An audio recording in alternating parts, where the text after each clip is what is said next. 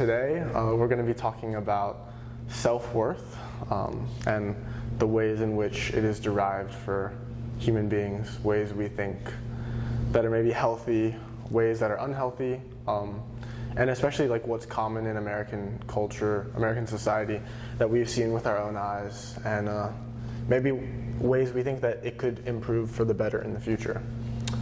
Cool, so first and foremost, I'll just start. How do you derive your self-worth? I think, and I'm going to say, maybe this is a spoiler, that self-worth, or at least mine, is mostly derived from external sources that turn into internal ones. So most of my external motivators are probably from my family because they shaped a lot of the values that I have. So I would say it's mostly linked to my family and how they kind of help me grow and understand what's important to me. Right, okay. Yeah, so just right off the bat, I mean, anyone who's grown up with an immediate family, of course, maybe their guardians, whatever, that's the immediate first massive influence in your life. That's where you get your values from, your ideas from, et cetera, et cetera. So, yeah, that makes a lot of sense. So the issue, not an issue, but I think that's very common among, all, not necessarily Americans, but all human beings. And to me, like, I'm not saying it's wrong with you, of course, but I'm saying an issue that can arise from that is, what if your family is not loving? What if they disrespect you? What if they mistreat you? If that's the case, and a human being derives their self-worth from the way that their family interacts with them, does that mean they're destined to live a life of just misery? Or like, will they never be fulfilled in their self-worth? What do you think? I mean, obviously that's like devil's advocate type question, but what do you think? Well, I would say, and I think this is unfortunately true of a lot of, because I come from a background of a high school teacher, a lot of the students who come into the school, you recognize that some of them had experiences with their family, which includes like growing self-worth and growing their sense of identity and sense of self. So in that situation, I think there's a responsibility for people to provide reasons or provide pathways to develop that self-worth, but it is, I would say, a lot more difficult because in the end, if you have trouble establishing those values or you had negative values of self-worth, it's very difficult to reverse those or to challenge them, especially if they're set pretty early on. Right. Would you agree, disagree with that? No, I'd agree with that for sure. And yeah, I think we talk about like external versus internal, intrinsic versus extrinsic. I think about like people in their professions, whether it be an athlete, a musician, a teacher, a doctor, a plumber, etc. And a lot of people take passion in their profession, take pride in their profession, and that makes sense to me. Like, ideally, everyone would love their job. The truth is, not everyone loves their job, but to me, I think of, well-known figures like, say, Kobe Bryant. I guess not everyone is super familiar with him, but people who know sports, people who know basketball, know that he is like one of the most competitive individuals of all time, and that's what led him to be so great. He was always striving for more, and he was relentless. Like, he was willing to do whatever it takes. But I think what happens, I wouldn't say this happened with Kobe Bryant, but with athletes, it's like, if you've put so much time and effort investing into your craft, whether it be basketball, baseball, soccer, like, don't get me wrong, you can become fantastic, you can win MVPs, championships, but then what people see is they leave, they retire from professional sports, and then sometimes they almost feel meaningless. Right. Like, that was the only way that they were able to derive self-worth. And of course, like, don't get me wrong, like, that's awesome that you can be stellar at your job, but I think as human beings, there's so much more to it than that, And I'm not discouraging people from trying their best in their jobs and stuff, but I think I'm just encouraging more people to be conscious and give it more investment in what you think about, because it might come back to haunt you in months, years, whatever. That's the way I see it. Like, you should be conscious of everything, and you shouldn't put all your eggs in one basket, I guess is what I'm trying to say. What do you have to say? So I would actually say, I was thinking about this, like, kind of wondering to myself, like, well, why do we need self-worth anyway? Like, wouldn't it be better to, instead of having like positive or negative self-worth, wouldn't it be better to just have a neutral one that's just like honest and holistic? Like, this is what I am, this is what I am worth, what I'm of value to in society, which led me to kind of the same conclusion that you just said, which is, I think it's kind of linked to our sense of purpose, right? What's my purpose in my life? Who am I linked to? How am I helping them? What do I offer? So for athletes, once you kind of like lose that ability, or you lose that like what you are offering to the world, it really does affect your self-worth. So absolutely. Maybe it's not really about like what I'm worth to myself, but what I can contribute. So that's why I end up going towards more like the external side, like that is what I favor. I see. Would you say that there are internal motivators that are not linked to external sources? I'd say there can be. I think they're harder to control just because human beings were such social creatures. We're always interacting with our surroundings and communities and other human beings. But I mean, I like what you said about like a neutral self-worth, in that maybe more human beings should aspire for that. As in, like, here's what I will say. Every human being deserves a basic level of respect and dignity. I don't think anyone is inherently worth more than other people. That I don't know, some people might disagree with that. Like don't get me wrong, you could compare, say, Elon Musk.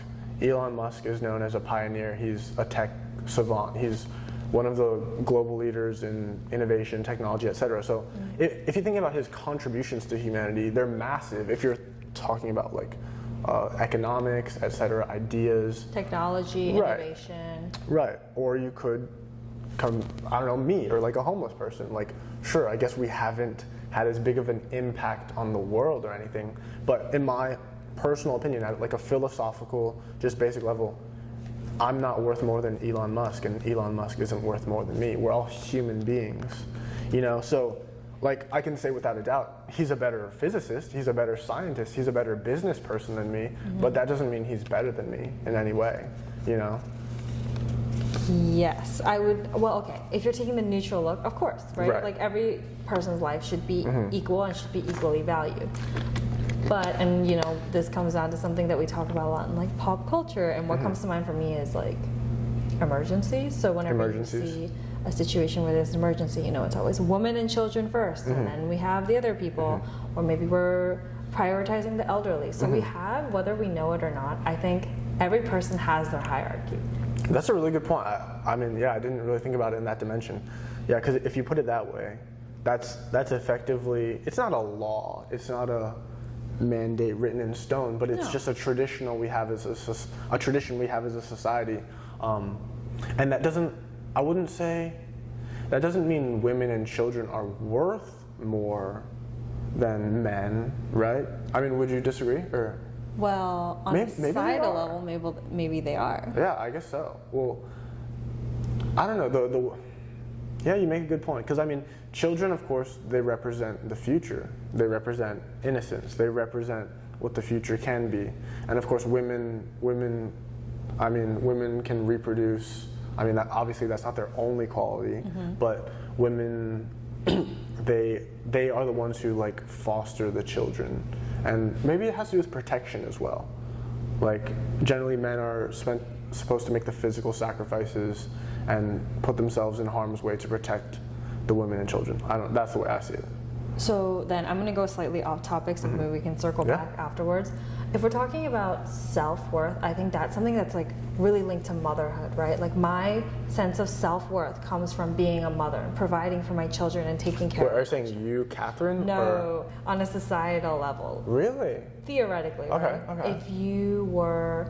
If you are a mother, you're expected to have like a maternal obligation to your child, and that is sort of linked to your self-worth. How well you're able to be a mom, how good you are at it, and that's also how society judges you. So if you fail to meet those expectations, then you are insufficient. You're insufficient. You're insufficient. Inadequate. At your purpose in life, because you could argue that children are considered a high priority. They're like high value, high purpose, high worth. Do you personally feel that pressure? Well, maybe it's because I don't have any children, right? But I would say that it just manifests in different ways. Like, I should have a maternal attitude, I should be capable of it, but I've never been tested. I see. Okay. And do you think men face that same pressure for fatherhood, or no? I think it's different. Okay. And I think maybe you'll be able to speak a little bit more on this, but I think it's a different kind of pressure, but it's not just turned towards the child, it's turned towards like a domestic life and making sure that is protected and safe and possible. What do you think? Okay. I mean, I'm gonna tell you, I'm 22 years old. I don't have a girlfriend. I haven't really given much of that thought. I mean, I have thought eventually, well, I don't know, maybe one day I will be a father and have children. And of course, I want to protect and provide for them. And yeah, I think that is a father's duty, but I'm a human being. I'm not just a father. And a man is not just a father, a woman is not just a mother. That's not all they offer to society. People have their minds to offer. So don't get me wrong, you can label me as a father, you can label me as an American, as, I don't know, XYZ, a college grad, yada, yada, yada. But I guess I haven't really given it much thought, I have to say. It just like is something that I see a lot because maybe because of my profession, I work with a lot of female teachers. And when I see them at their work, they talk a lot about their home life as a mother and as a wife, but I can see that they also take a lot of pride in their job. You know, they are, again, like you said, they are more than just mothers. They are teachers, they are hardworking people, they're responsible, they are caring, and they are mentors. So I think having multiple avenues of self-worth is maybe a better alternative than deriving it from one don't put all your eggs in one basket. There you go. Yeah, and I mean, a big reason why I wanted to discuss stuff like this is kind of like, I mean, obviously we're kind of fresh out of college, but I'd say the high school environment as well as the college environment, especially the one that I grew up in, like it's so, I hate using the word toxic, but toxic is the best descriptor. It's like, it's very insular. It's very closed off. It's very, that's the way I felt at least. Like, you have all these academic pressures, maybe it's from your parents, maybe it's from you wanting to feel accepted, or like, oh, I need to attend this prestigious, selective, fantastic university. I need to have this title and make this money. And don't get me wrong, like I respect hard work. I respect people who want to better themselves, better their lives, and are aspiring, shooting for excellence. But the truth is, like, you will fall short. At some point in your life, you will fall short. It doesn't matter if you're me, it doesn't matter if you're Elon Musk. Like, failure is inevitable, and there's nothing wrong with that. That doesn't make you inadequate as a human being. Rather, it makes you a human being. And yeah, like we talk about perfectionism, and you say you're a perfectionist a bit, and like there's pros and cons to it, you know? There's, like, on one hand, it's good. It means you're aspiring to actually be contributing wealth, contributing actual things of value. But on the other hand, like, I think people beat themselves up too much about it. And to me, that goes back to self-worth. And another thing is like superficiality, or like that which is cosmetic, outward beauty. I see it more with women, just because I guess that's the way like the cookie is crumbled in society. But many women, it seems like they link their self-worth to their attractiveness, their outward physical beauty. I mean, I don't have a perfect answer for why that is, but I can certainly say that it's unhealthy, and I don't want it to be the case. I think it should change. I mean, maybe it's idealistic. I think it should change if we want society to change for the better, because the truth is, like, it doesn't matter how beautiful you are, whether you're a man or a woman.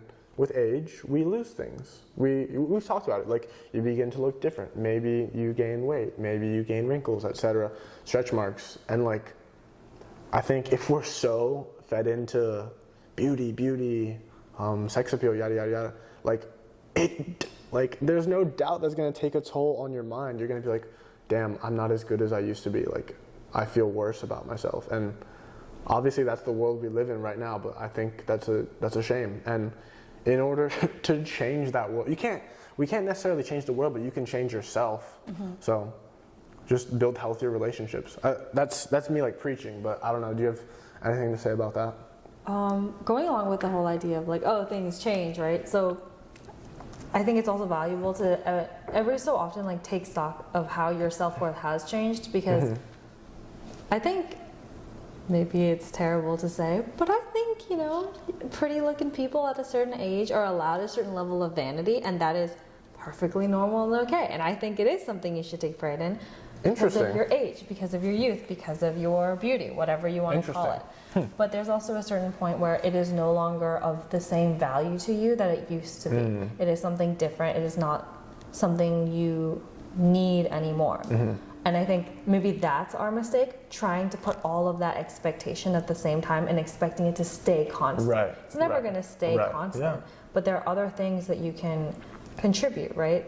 And there's that whole theory that a lot of Hollywood actresses who like have aged out of their prime, so on and so forth, they are considered not as valuable or as high ticket anymore, which doesn't make any sense.